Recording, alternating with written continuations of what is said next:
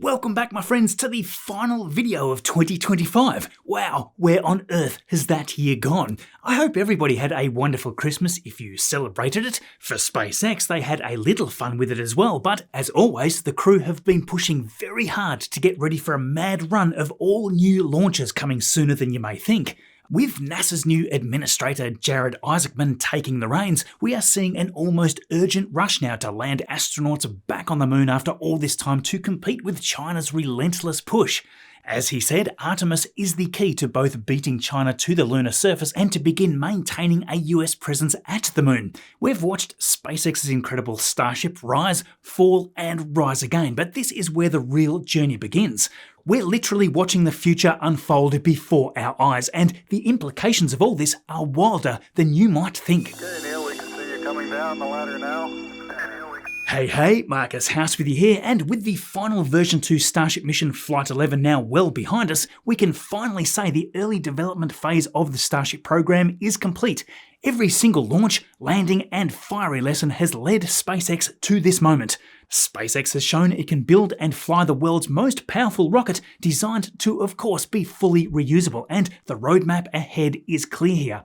Everything right now may seem quiet from a fiery action perspective, but not so. Just this week, as we were counting down the last hours to Christmas Day, SpaceX, as predicted, completed the full stack for the first version 3 Super Heavy to fly, booster at 19. Now, this was easily a record for the full booster assembly, all stacked within a month. Just like they said. This beast will hopefully be the first to sit there on the new launch mount and fire up 33 Raptor 3 engines. Blue Origin, of course, are in the race too, and on Friday we learned that Tory Bruno has left United Launch Alliance as their CEO and is now officially to be the president of Blue Origin's newly formed National Security Group, so already 2026 is looking to be a massive year. Of course, we will be watching closely as Blue Origin attempt to prove that they are the company for the job of landing crew on the moon, but SpaceX is not going to take that lightly, and we're going to need to see some big wins now towards those Artemis missions. What we have, of course, been witnessing over the past few months on the channel is the next chapter, version 3. This is where Starship begins full reusability, flying more frequently, and with fewer major swings in the design. This new Starship will feature the much more streamlined Raptor 3 engines, which are significantly more powerful than before, as well as much more simplified. One look at how much this design has changed since Raptor versions 1 and 2 is just staggering. Given just how different Starship version 3 is overall, the first few flights may take a little time as systems are tuned and tested, but they will lay the groundwork for everything that follows. SpaceX's goals for this phase are clear: achieve consistent tower catches, start launching real payloads like the Starlink version 3 satellites, test out orbital refilling systems, deploy the first propellant depot, and continue improving the heat shield for re-entry, which is probably the most difficult step that remains. On top of that, brand new launch pads will come online in both Florida and Texas, following the same Pad 2 style that we have been watching take shape right here. It's a ridiculously ambitious plan, but that has never stopped SpaceX. Before we even get to refilling in orbit, one of the biggest milestones coming up next year is the first ever tower catch of both the booster and the ship, and this is the moment that we have all been waiting for. They have been talking about catching rockets out of the sky for years, and now it is finally about to happen to both stages. These enormous Starships are coming in from orbit guided with extreme precision, and the plan is to literally catch them out of midair using these much shorter launch tower arms. Once achieved, this changes everything. We're talking about turnaround times dropping from months to just weeks to possibly days, with the same booster and ship finally flying repeatedly. It's the step that turns Starship into a truly reusable system, and when that first Starship catch happens, it'll be one of the most intense and exciting moments for the program. It also unlocks the next big leap, refilling Starship in orbit. This will be the first massive-scale cryogenic propellant transfer ever attempted. The idea is simple but incredible. One Starship is launched first, which will act as the target, while the second one, the Chaser, lifts off a few weeks later from the same pad to rendezvous in orbit. This test will be absolutely crucial for NASA's Artemis timeline because it leads directly to the first propellant depot and the human landing system demo mission before Artemis 3. It's not yet clear if the first depot mission will handle multiple multiple missions, but if not, we could see another launch before the end of 2026 as preparations ramp up for the first Mars demo. It all, of course, depends on how well those early transfer tests go. This is the only way that we can ever get large payloads to the Moon, Mars, or even further. It's a pivotal technology, no matter if it is SpaceX or not, and this will be the first time that we can truly unlock our ability to expand out into space. Up to this point, every single mission that has ever launched needed to carry all of its propellant required in the one go, and this has been incredibly restrictive. If instead a spacecraft can refill on its way to its final destination, that completely changes everything, especially if in the more distant future you start to factor in multiple depots. Where the massive Saturn V could send a few tons of payload to the Moon, refilling in orbit means that we can send well over 100, and that is just one example. It also allows something else critical. Refillable spacecraft can then complete multiple missions. Imagine orbiters and satellites being able to simply revisit a depot rather than being discarded once empty. So all of this begins with the first propellant transfer demonstration mission, but what then comes next? Well, SpaceX needs to build the first Starship designed specifically for propellant delivery. This is what they call the Starship tanker. By this stage, Starship should be flying frequently and replacing Falcon 9 for Starlink launches, sending out those version 3 satellites through the Pez dispenser style system. This setup, though, isn't ideal for large payloads or, of course, massive scale propellant delivery. Well, we have seen the tanker teased for years. It won't need a cargo bay at all, just extended liquid oxygen and methane tanks to hold the extra propellant. SpaceX will need to launch many of these tankers across a depot's lifetime, and with those missions happening alongside Starlink flights, Starship launches will become so frequent and routine that it'll be flying hundreds of times a year. With any issues ironed out early on, crew rating will come soon enough. This opens up the door for missions like Polaris 3 to launch with crew aboard rather than docking with a separate human-rated spacecraft, but let's not get ahead of ourselves.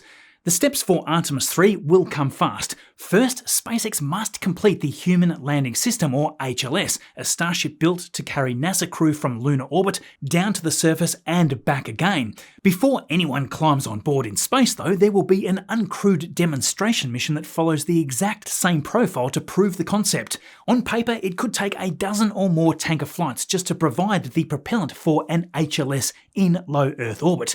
This has been criticised a lot in the past as incredibly complex, but again, once this is simply a regular occurrence as we see with Falcon 9 catches on drone ships every other day at this point, the routine nature of this will make this solution seem obvious. It's also worth noting that they don't necessarily need to completely fill the HLS. How many refill missions are required depends on how much payload mass SpaceX chooses to carry to the Moon on these early missions. After all, they don't need to push everything to the limit at first. That can come later as they gain more experience with landing these Moon missions.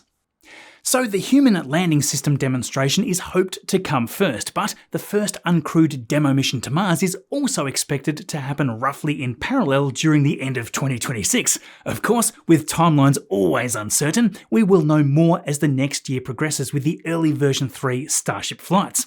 I'll come right back to that, but real quick, a huge thanks to Delete Me sponsoring this video and many videos right through from early 2024.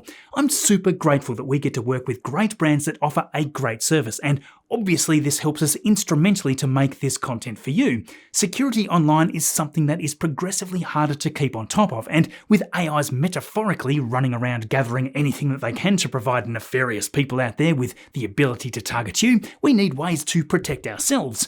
Your personal information like your home address, phone number, birth date, and even family connections is probably listed across dozens of data broker sites. These companies collect your details from anywhere they can, package them up, and then sell access to it for anyone willing to pay. That's where Delete Me comes in. They find where your information is exposed online and send removal requests.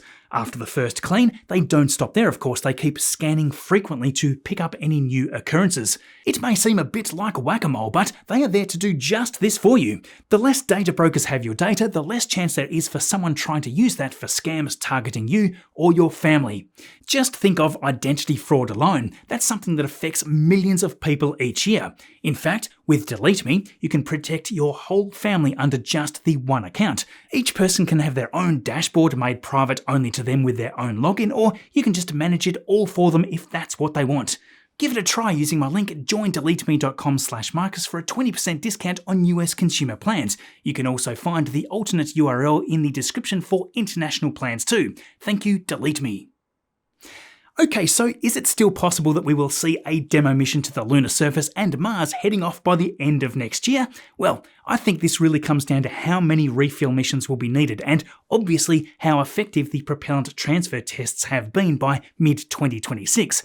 It is actually more time critical for the Mars demo mission because you need to meet that transfer window. Comparatively, the lunar mission could be done in almost any month, so it would make sense to me to prove the loading, shielding and boil-off issues are tested out with a long-duration mission to Mars while the Human Landing System Moon mission work is ongoing. Realistically, of course, there are a huge number of steps to tick off, and 1 year is going to whip by very quickly. For Mars, the payload is essentially just Starship itself and will hopefully demonstrate a successful Martian entry. As far as we know, this seems to be the plan, and with a recent mention that they won't even attach landing legs to it, they plan to do a landing burn and just touch down on the skirt. This mission would require the minimum amount of propellant possible, although I'd still hope that they take a few small payload goodies such as the first few Martian Starlink demos. Thanks to the sheer scale of Starship, SpaceX have some wiggle room here when it comes to fun little demos like that. Anyway, obviously based on that, they have no real intention to keep the vehicle intact. I imagine it's pretty unlikely it's going to stay upright on that skirt. The thing is, many may not understand the significance of a mission that ticks off these first steps, even if the landing on the Mars surface is unlikely to remain upright. Think of this though, it would be a huge benefit as they continue evolving the Starship design. If you've been watching along for a while now, you would know how frustrated I have been that we still haven't seen a proper leg design at this point, and hey, that frustration gets worse every week, but we do know that they are working on it. Thanks to NSF back in October, we observed what we believe to be a drop test experiment with legs, but we are still waiting to actually see some footage of this. So far, we have seen nothing more apart from a mention here on the SpaceX website. Anyway, with that demo mission planned for Mars at the end of 2026, a human landing system for the lunar surface is obviously more complicated. SpaceX need to prove that the system is safe for astronauts in the Artemis 3 mission, so they will have a lot of milestones that they will be required to tick off. They can't do just the typical let's just see what happens kind of mission. Well, they could, but they would likely require another demonstration mission to follow that. Although the first demo mission will be uncrewed, they would still want to account for all of the mass required for the needed systems for life support and supplies, not to mention a nice margin allocated for a real payload. On top of that, they also need to relaunch the Starship back up into a lunar orbit because for the crewed Artemis mission, they of course need to redock with Orion in that unique near rectilinear halo orbit. I think it's worth noting that I've always thought of Starship as a vehicle that is much better left on the lunar surface. Just as a backup habitat, this is an extremely useful thing. I'm also betting that SpaceX will take on even more customers that want to pay them for delivery right there on the powdery surface. You may recall Colorado company Lunar Outpost announcing that they had chosen Starship to launch their new moon rover. I can only imagine all the other missions that will likely follow here wanting to ride here in the most affordable way. As a side note, a mission that I've been super looking forward to, which will hopefully launch in December of 2026, is the HLS Astrolab Flex Rover rideshare mission. If everything on this mission goes to plan, we will be finally seeing the start of some of the infrastructure that will be needed to make longer-term life on the lunar surface possible. The next generation of rovers like Flex are more than just people carriers. We are likely to have a small army of semi-autonomous drones helping to provide support to lunar operations in a number of ways, such as construction, recon, and communications. Flex will support future missions, but there will be robots filling the needs to support humans and the future scientific exploits. Of course, before any of this happens though, SpaceX needs to complete that first demo mission. For everything that we have talked about here to be even possible, Starship needs to be launching rapidly, and for that, they are going to have to build much more launch infrastructure.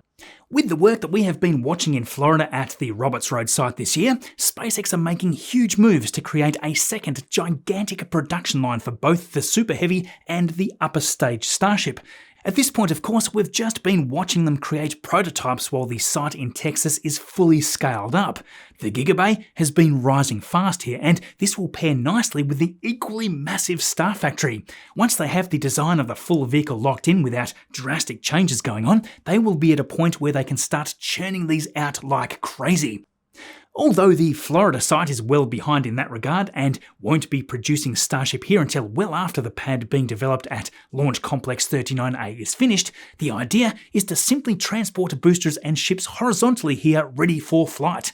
The plan at Florida for the launch frequency, though, is already pretty crazy. At 39A, once they have the first pad and tower in action, we believe they are then planning a catch-only tower to be built here as well. As you may recently recall us talking about, Space Launch Complex 37, though, is even crazier. They want 2 launch towers with 2 separate catch towers here. The environmental impact statement for this site has now been released too, and this includes a massive allocation, already approved, of 76 Starship launches and 152 landings per year just from this complex. At 39A, there are 44 launches a year proposed, and at Texas, 25. If you have been keeping count of all that, we are talking about having a total of 8 Starship towers and 145 launches per year in the current allocations. Can you imagine watching the coverage of almost 3 Starship launches each week on average? That might sound crazy, but Falcon, remember, has launched 150 times in the first 11 months of this year, and with Starship, you don't need to have 3 drone ships rapidly running out and in every few days. All this, by the way, isn't even considering Launch Complex 49. There have been rumours for years about this being a potential Starship site for a bunch of towers. This may still be in consideration based on some recent FAA hearings, but likely for the more distant future. At one point, there were mentions of 6 towers there, so that would be even crazier. With all this launch infrastructure, Starship is set to not only be the largest and most powerful rocket, but it's also set to become the most launched rocket. Fast forward a few years and I think we'll be amazed how much has been accomplished. At this point, they're just preparing to roll that snowball.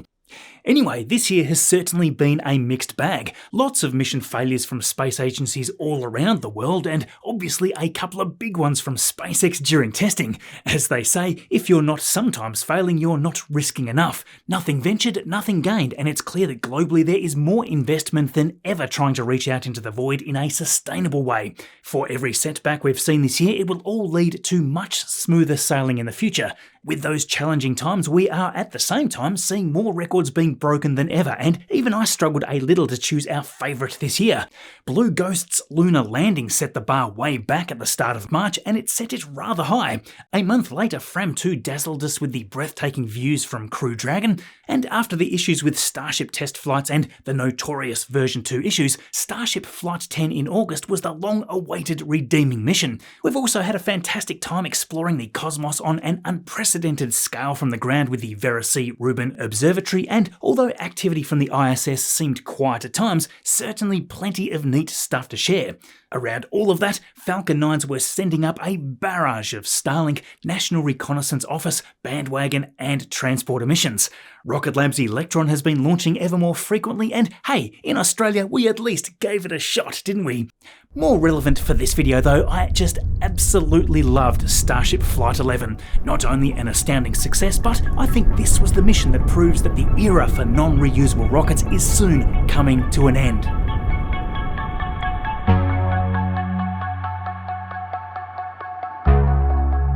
For Flight 11, planned to be the last launch of this version of Starship and Super Heavy. There's a quick wiggle check. T-minus 10, 9, 8, 7, 6, 5, 4, 3, 2, 1.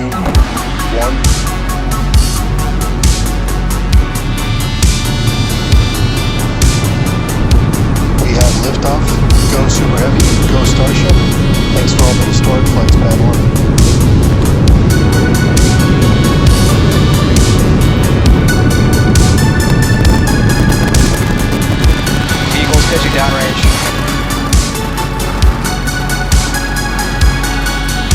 Booster Raptor chamber pressure nominal.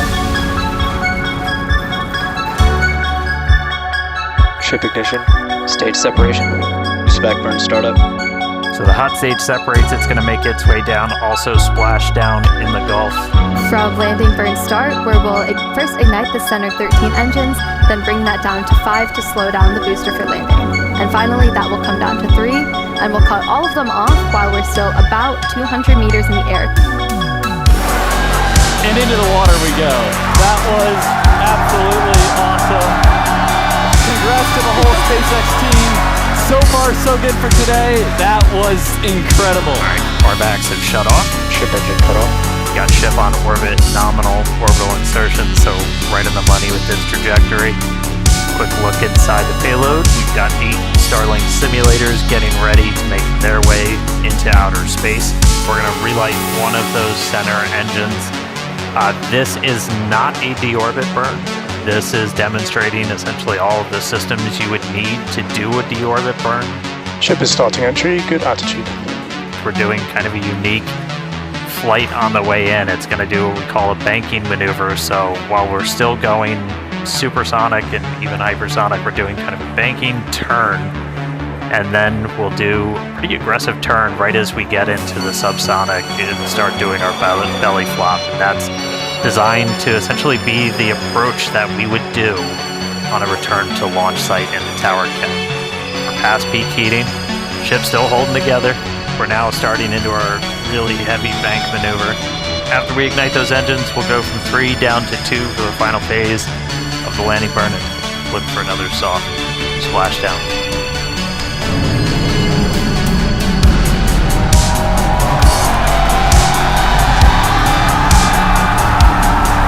There's our landing burn.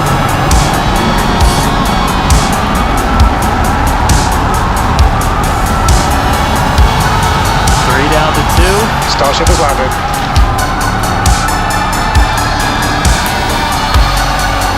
As we said, we're not planning on recovering the ship today. Hey, welcome back to Earth, Starship.